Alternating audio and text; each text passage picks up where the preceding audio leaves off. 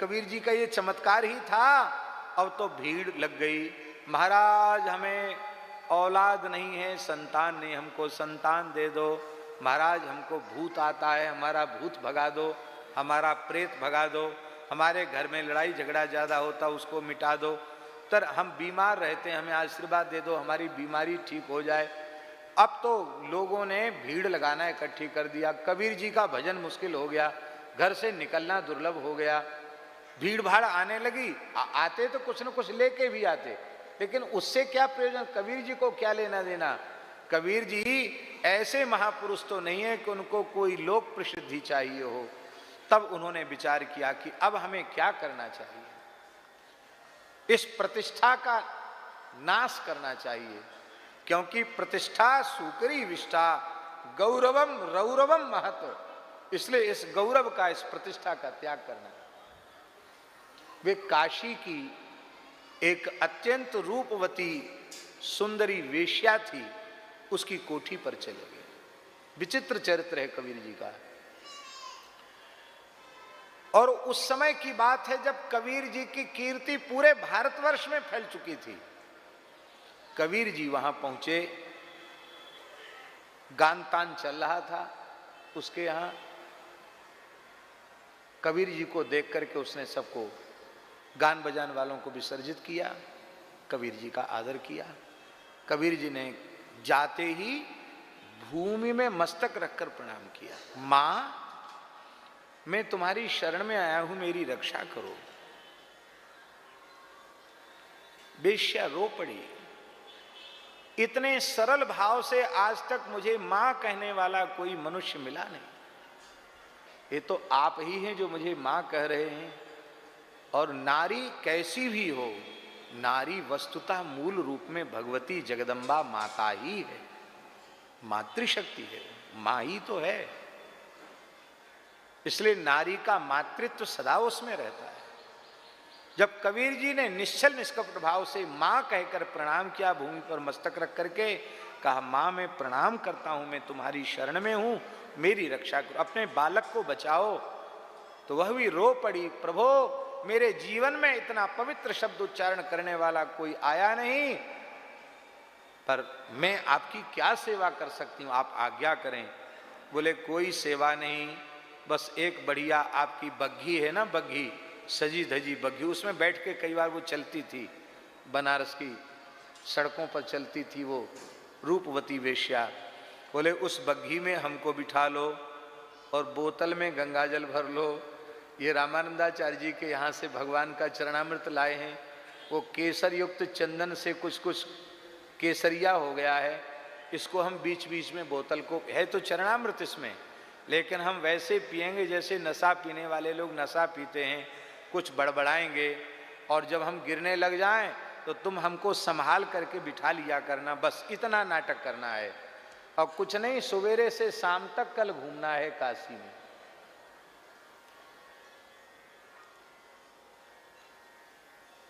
उसने कहा महाराज कितना बड़ा पाप कर्म, आप क्या है मैं समझती हूँ, मैं क्या हूँ मैं समझती हूँ, लोग क्या कहेंगे। कि बस यही तो बात है, हम फांस काटना चाहते हैं, इस प्रतिष्ठा का नाश करना चाहते हैं, भजन करना चाहते हैं, इसको कहते हैं भजन की प्रियता। उसने कहा जो आ गया। दूसरे दिन वही नाटक कबीर जी ने किया।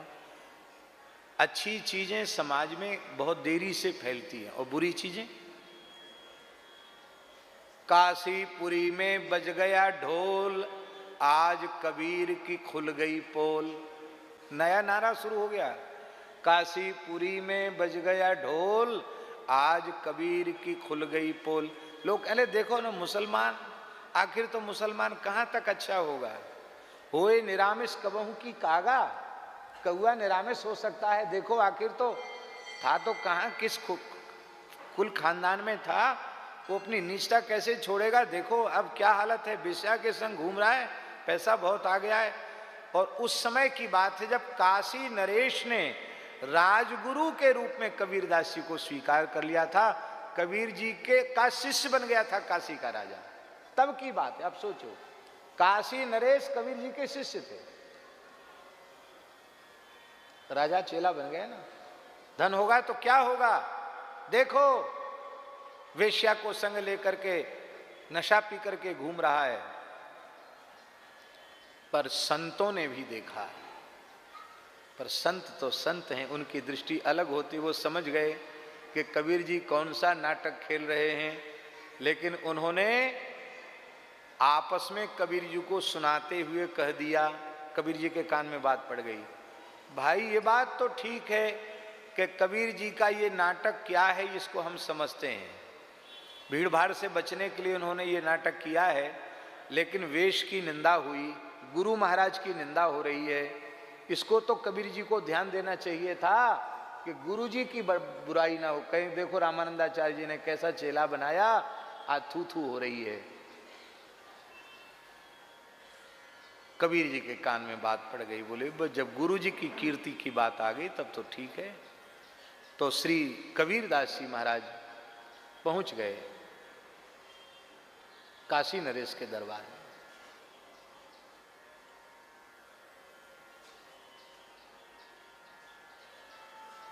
बड़े सेठ साहूकार, बड़े ऑफिसर, राजा महाराजा, ये किसी के चेला नहीं होते, सबके गुरु होते हैं। बात है बड़ी कठोर, लेकिन है बात एकदम सच्ची। ये किसी के चेला नहीं, सबके गुरु होते हैं। इनके अहंकार पर जहां चोट पड़ेगी वहीं इनकी सब श्रद्धा सामने हो जाएगी। हमारे पूज्य गुरुदेव भक्तमाली जी इन सब से जीवन भर बचते रहे। निरपेक्षता बहुत ऊंची चीज है। जो शिष्य है राजा, उसकी हालत यह हो गई कि कबीर जी दरबार में आए तो उठ के खड़ा नहीं हुआ, और ऐसे फर्श पर कबीर जी बैठ गए, और वहीं से उन्होंने वेश्या को विदा कर दिया, माता जी हमारा काम हो गया और तुम्हारी सेवा होगी, अब तुम जाओ।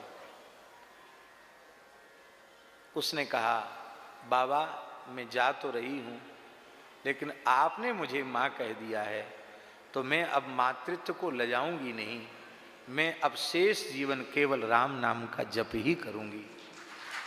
और उस गणिका का, उस वेश्या का उद्धार हो गया। उसने जीवन भर परम वैराग्य पूर्वक अपने घर की सारी संपत्ति लुटा दी दीन दुखियों में, और जीवन भर राम नाम का जप करके भगवान की सन्निधि प्राप्त की। और इधर कबीर जी फर्श पर बैठ गए, राजा ने उपेक्षा कर दी। तो उसी समय उन्होंने बोतल में जो पानी था, वो बोतल भी तो 2-4 लिए थे, बोतल कम नहीं लिए थे। किसी में चरणामृत था, उसको तो पी रहे थे, सादा पानी था उसको फैला दिया। सादा पानी था रंग मिला हुआ, उसको फैला दिया, और फैला के ऐसे ऐसे करने लगे, ऐसे ऐसे करने लगे। उनका हाथ काला हो गया। चमत्कार को नमस्कार है ना। तो राजा ने ये देखा, सबने देखा कि ये क्या कर रहे हैं कबीर जी, पानी फैलाया फिर हाथ ऐसे किया, तो फर्श काला हो गया, हाथ काले हो गए, यहाँ काला कहाँ से आया। तो कहा पता करो इनसे कि बाबा क्या कर रहे हैं, पूछा। तो उन्होंने कहा कि मैं जगन्नाथपुरी में हूं। क्या कहा कबीरदास जी ने, मैं जगन्नाथपुरी में हूं, और वहां भगवान जगन्नाथ जी का भोग जा रहा था। अग्निश्वर महादेव के सामने से एक आग का अंगारा गिर गया, और पुजारी जो स्वर्ण थाल में लेकर के भगवान जगन्नाथ जी को, जो कुट्ठू भोग जिसको कहते हैं, भीतर रत्न वेदी पर लगता, उसको लेके जा रहा था, और अंगार पर पैर पड़ जाता तो पुजारी का पैर जलता, तो पुजारी गिर जाता, थाल की सामग्री नीचे गिर जाती, तो जगन्नाथ जी को भोग समय से नहीं लग पाता। इसलिए जगन्नाथ जी के भोग, जगन्नाथ जी के पुजारी का पैर न जल जाए, इसके लिए हमने पानी डालकर आग बुझाई है। कहाँ? बोले जगन्नाथपुरी में। तो राजा सेवक ने सब बात पूछ के, राजा तो वहां था ही, सब बात सुनी। राजा बोले इसका मतलब नशा बहुत ज्यादा हो गया है, इनको ये होश नहीं है कि हम काशी में हैं कि हम जगन्नाथपुरी में हैं। बोले लेकिन हाथ काला हो गया, ये तो चमत्कार प्रत्यक्ष है, यहां जल गया, ये तो प्रत्यक्ष है, तो पता लगाओ। तो कबीर जी तो बस ये लीला करके चले आए, और वाराणसी से द्रुतगामी घुड़सवारों को भेजा और तत्काल राजाओं के पास इस प्रकार की व्यवस्था थी कि शीघ्रतापूर्वक वो कहीं से कहीं का संदेश ला सकते थे। काशी में जाकर के जब देखा गया तो वहां सब लोगों ने कहा कि कबीरदास जी काशी में कहां, कबीरदास जी तो जगन्नाथपुरी में ही रह रहे हैं, कितना समय हो गया यहीं थे। और जिस दिन की ये घटना है उस दिन अपने कमंडल से कबीरदास जी यदि जल नहीं गिराते तो मंदिर में आग लग जाती, बहुत बड़ी दुर्घटना घट जाती। ये तो कबीरदास जी ने बचा लिया। और एक रूप से कबीर लीला कर रहे हैं जगन्नाथपुरी में, आज भी कबीर चौरा स्थान है, और एक रूप से काशी में रह रहे हैं। राजा को बड़ी ग्लानि हुई, रानी से कहा अब क्या इसका प्रायश्चित है। तो राजा शास्त्रज्ञ था, उसने ब्राह्मणों को बुलाया, बोले गुरु अपराध बन जाए तो क्या करना चाहिए। ये नहीं बताया किसके प्रति अपराध, मतलब गुरु अपराध बन जाए तो क्या करना चाहिए। धर्मशास्त्र के ज्ञाता ब्राह्मणों ने उत्तर दिया कि गले में कुल्हड़ी बांध करके, सूखे लकड़ियों का बोझ सिर पर रख करके, दांत में तिनका दबाकर, गले में रस्सी का फंदा बांधकर अपनी रानी के सहित जिस गुरु के प्रति तुम्हारा अपराध बना उनकी शरण में जाओ। गले में फंदा का मतलब है हम अपराध आप क्षमा न करें तो मुझे मृत्यु दंड दें, फांसी के लिए रस्सी खोजनी नहीं पड़ेगी, फांसी हम सामने लाए हैं। फांसी नहीं दे सकते तो कुल्हड़ा है, काट दें, और यदि आप दया करो तो मुंह में घास का तिनका है, हम आपकी गाय हैं, गाय पर तो सब कृपा करते हैं। ये पद्धति बताई, और यही पद्धति बताई है रावण को शरण में जाने की रामचरितमानस में।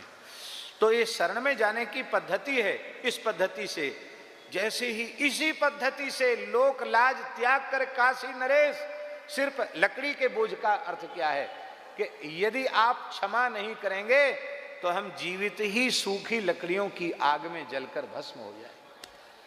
कबीर जी ने तत्काल सूखी लकड़ी का गट्ठर उतारा, रस्सी कंठ से खोली और राजा को हृदय से लगाकर कहा कोई बात नहीं, हम अपराधी नहीं हैं, तुम राजा हो, तुम्हें ऐसा करना ही चाहिए, चाहे कोई भी क्यों ना हो।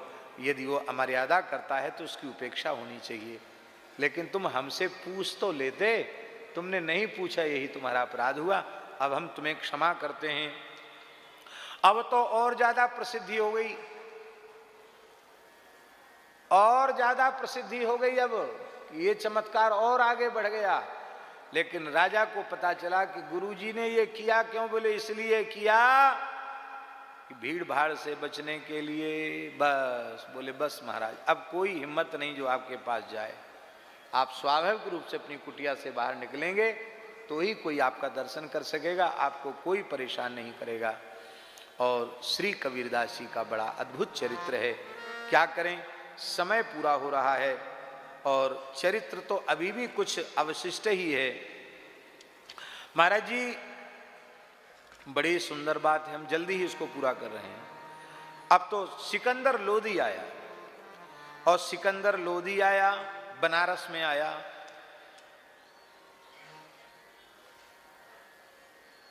देश के स्वतंत्र होने के बाद 4-5 शिक्षा मंत्री सब मुस्लिम ही हुए,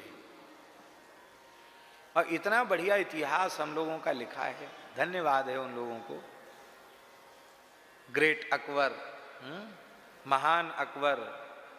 और अकबर कितना महान था ये पूछो महाराणा प्रताप से। अकबर कितना महान था जो हिंदू धर्म की जड़मूल ही दीन ए इलाही कहकर एक नया पंथ चलाकर हिंदू धर्म को ही सर्वथा नष्ट करना चाहता था। एक तो होता है प्रत्यक्ष शत्रु और एक होता है मीठा शत्रु। तो मीठा शत्रु था। अरे भाई, बाप पर पूत पिता पर घोड़ा, अधिक नहीं तो थोड़ा थोड़ा। किसका बेटा था, किसके खानदान में था? अकबर के बाप का नाम क्या था? हुमायूं। और हुमायूं के बाप का नाम क्या था? अब वहां बाबरी नहीं दिखाई पड़ेगी, अब भव्य राम मंदिर का दर्शन होगा।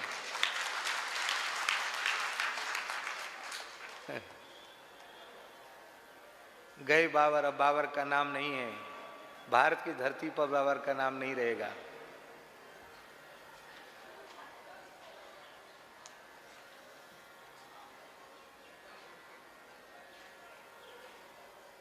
सिकंदर लोदी भी बहुत क्रूर प्रकृति का था।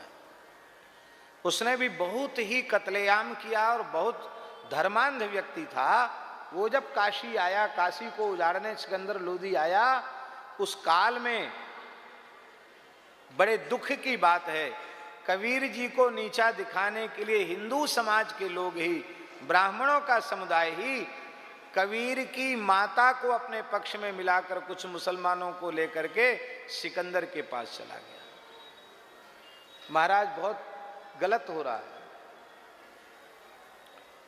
मुसलमान हिंदू नहीं बन सकता। एक मुसलमान हिंदू जैसा बना हुआ है, तिलक लगाता है, माला पहनता है, मनमाना करता है। ओ कबीर जी के बारे में उल्टी पलटी शिकायत की। कबीर जी को बुलाया गया और विमुख समूह संग माता हूं मिलाई लई। माता ने रोकर कहा कि मेरा बेटा काफिर हो गया है, आप सल्तनते बादशाह हैं, हमारे बेटे को फिर से पक्का और सच्चा मुसलमान बनाइए।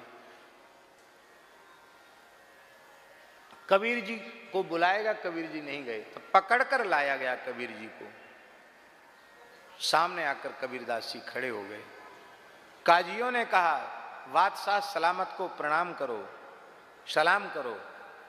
कबीर जी ने कहा कि जाने ना सलाम जाने राम गाढ़े पांव हैं। हम केवल एक श्री राम जी को जानते हैं, हम किसी को सलाम नहीं करते। राम जी सब में हैं, इस भाव से तो मैं किसी को भी प्रणाम कर सकता हूं। केवल तुम अपनी बादशाहियत का अहंकार लेकर मुझसे सलाम लेना चाहो तो मैं राम राम करना जानता हूं, मैं सलाम करना नहीं जानता। तब उसको बहुत क्रोध आया और उस क्रोध में उसने जंजीरों से बांधकर इसको गंगा जी में पटक दो, मर जाएगा डूब करके, पत्थर से बांधकर गंगा जी में पटक दो। और जंजीर से बांध करके पत्थर बांध करके गंगा जी में पटका गया। जंजीर गंगा जी के जल का स्पर्श करते ही गल गई, पत्थर कहाँ चला गया और कबीरदास जी फिर गंगा जी के तट पर सामने आकर खड़े हो गए। आश्चर्य तो यह था कि कबीर जी का कपड़ा भी गीला नहीं हुआ था, उनका वस्त्र भी सूखा था, उनके शरीर पर जल की एक बूंद नहीं थी। अरे बोले बड़ा जादूगर है। तो फिर इसके बाद बोले लाओ लकड़ी, आग लगाओ, क्योंकि मुसलमानों की तरह से दफनाए जाने के लायक तो ये है नहीं, इसको आग लगा के जला दो, हिंदुओं के देश को जिंदा जला दो। सैकड़ों टन लकड़ी आई, पहाड़ जैसा लग गया और कबीर जी को आग लगाकर फूंक दिया गया। कबीर जी ने कहा भजो रे भैया राम गोविंद हरि, जप तप साधन कछु नहीं लागे, ना खर्चे गठरी। कहत कबीर संतति संपत्ति सुख के कारण जासो भूल परी। कहत कबीर राम नहीं जा मुख, ता मुख धूल भरी। भजो रे भैया राम गोविंद हरि। सबको राम नाम जप का उपदेश किया और सारी आग जल गई और कबीर जी ऐसे चमकने लग गए जैसे सोना आग में तपाया हुआ सोना चमकने लग जाता है। अब तो सब कबीर जी का इस चमत्कार को देखकर चरणों में नतमस्तक हो गए, पर बादशाह ने इसको भी कोई जादूगरी ही समझा। तब बादशाह ने कहा कि मेरे हाथी को शराब पिला के पागल करो और हाथी के पैर के नीचे कुचलवाओ। हाथी को नशा पिलाया गया और हाथी को अंकुश मारकर जब आगे किया गया तो हाथी चिंगाड़ मारकर पीछे आ गया। महावत से कहा क्यों रे आगे क्यों नहीं बढ़ाता हाथी को? बोले हाथी हजूर बिगड़ जाएगा, हाथी ये आगे नहीं बढ़ता है। क्यों? बोले क्या जाने क्यों नहीं बढ़ता है, ठीक से देख क्यों नहीं बढ़ता है। फिर से अंकुश मारा तो पीलवान ने देखा, महावत ने देखा तो कबीरदास जी के आगे सिंह दिखाई पड़ा। शेर के सामने हाथी कैसे जाए? बोले हजूर इसके सामने तो शेर खड़ा है। अरे झूठ बोलता, पागल बनाता है, शेर कहां से आया? बादशाह खुद हाथी की पीठ पर चढ़ गया। उसने देखा तो भयंकर लपलपाती जिह्वा दाढ़ों वाला शेर दिखाई पड़ा। हाथी चिंगाड़ रहा है। बादशाह उतरा, कूदा और हाथी तो भाग गया। और बादशाह सिकंदर लोदी ने अपना ताज उतारा और संत कबीर के चरणों में रख दिया। आपकी फकीरी क्या रे, मेरी बादशाहियत नतमस्तक है। इसलिए प्रहलाद जी की जो परीक्षाएं ली गई थी हिरण्यकशिपु के द्वारा, वैसी ही परीक्षाएं कलिकाल में कबीरदास जी की ली गई। और कबीरदास जी परीक्षा में खरे उतरे। आपने कहा अब तुम बलपूर्वक धर्मांतरण मत करो, हिंदुओं के मठ मंदिर मत उजारो और गोवध पर प्रतिबंध लगाओ। कबीर जी के प्रभाव में आकर सिकंदर लोदी ने गोवध पर प्रतिबंध लगाया था। बोलो श्री कबीरदास जी महाराज की जय। अब तो कबीरदास जी भगवान के चरणों में पूरी तरह समर्पित होकर भजन करने लगे। इधर कबीर जी की बेटी, इधर ब्राह्मणों ने सोचा कि अभी तो और एक परीक्षा बाकी है, ये तो बादशाह भी चेला बन गया, अब क्या किया जाए? तो बोले अब ऐसा करो, साधु समाज के द्वारा इसका सर्वनाश करवा, इसी का समाज इसी का नाश करे। तो मूड़ मुड़ा करके कुछ दुष्ट लोग और तिलक लगा के चारों धाम सप्तपुरी में घूम आए। बोले कबीर जी बड़ा भंडारा कर रहे हैं और उस भंडारे में बहुत बहुत बड़ा भंडारा, न भूतो न भविष्यति ऐसा भंडारा। सबको बुलाया, कबीर जी का नाम तो सब जगह था। अब टोल के टोल निश्चित तिथि पर साधु अयोध्या काशी आने लगे। सारी काशी लाखों साधु सन्यासियों से भर गई। कबीर जी ने कहा कि ये सब कहाँ से? अरे बोले वाह, पहले न्योता भेजा, पूछते हो क्यों आए हो, कहाँ से आए हो, जल्दी बताओ कहाँ पंगत बैठेगी, कहाँ भोज भंडारा? कोई गिली मोहल्ले में तो होगा नहीं, गंगा जी के किनारे चलना पड़ेगा, घाटों घाट पंगत बैठेगी। कबीर जी समझ गए। बोले पंगत? बोले हाँ, आपके साधु गए थे न्योता फेरने के लिए। कबीर जी को सब बात समझ में आ गई कि क्या किया गया है, झूठा न्योता घुमा दिया गया है। कबीर जी बोले ठीक है, उनको तो पहले ही वाला हथियार मालूम था। फिर चले गए। बोले हाँ, अभी आप लोग कीर्तन कीजिए, भजन कीजिए, अभी हम व्यवस्था करके लाते हैं। गए सो गंगा जी की कछार में फिर बैठ के राम राम राम राम राम राम करने लगे। और इधर रघुनाथ जी स्वयं कबीर जी का वेश धारण करके आए। हनुमान जी, विभीषण जी सब पार्षदों को लेकर के आए और पूरी काशी में पंगत बैठ गई। पूरी काशी में कोई गली कूचा रोड बकाया नहीं जहां पंगत नहीं, बोल केवल साधुओं की नहीं, पूरी काशी का झरा मनुष्य मात्र को प्रसाद। और पत्तल परोसते परोसते भगवान वहां तक पहुंच गए जहां तक कबीर जी बैठे थे। वहां के आगे भी भीड़ थी, गांव के लोग आ गए थे। कबीर जी ने सोचा भगवान मेरा रूप धारण करके लीला कर, मैं देखूं तो सही मेरे रूप में कबीर जी भगवान कैसे लगते हैं। तो कबीर जी भी थोड़ा कपड़ा गमछा ओढ़ के वो भी पंगत में बैठ गए। भगवान कबीर जी के रूप में पत्तल लेकर के आए और पत्तल डाल करके डांट करके बोले, घर के मालिक मुखिया होकर पहली पंगत में बैठते हो, शर्म नहीं आती है, हैं? आपने धीरे से मुस्कुरा कर देखा, कबीर जी ने कबीर जी को देखा, असली कबीर जी ने नकली कबीर जी को देखा। धन्य है, असली तो ये हो गए, नकली भगवान हो गए। और भगवान के परोसे हाथ से प्रसाद पाया। आज जो निंदक थे अब वे भी कबीर जी के शरणागत हो गए। बोले अब तो कोई परीक्षा बाकी नहीं है। भगवान ने कहा इस कलिकाल में एक परीक्षा और कबीर को देनी पड़ेगी। अप्सरा आई, स्वर्ग लोक से अप्सरा आई, दिव्य वाद्य बजने लगे, नृत्य गान शुरू हो गया। पर श्री कबीरदास जी के चित्त पर बिल्कुल प्रभाव नहीं पड़ा। और श्री कबीरदास जी ने कह दिया, स्पष्ट कह दिया कि बोलो भक्तवत्सल भगवान की जय। कबीरदास जी ने कहा अप्सरा उनको आकृष्ट नहीं कर सकी। कलयुग में अप्सरा जिनके सामने आई हो ऐसे संत बहुत कम हुए हैं। क्योंकि कलयुगी लोग तो वैसे ही इतने कच्चे हैं कि उनको अप्सरा भेजने की आवश्यकता नहीं है।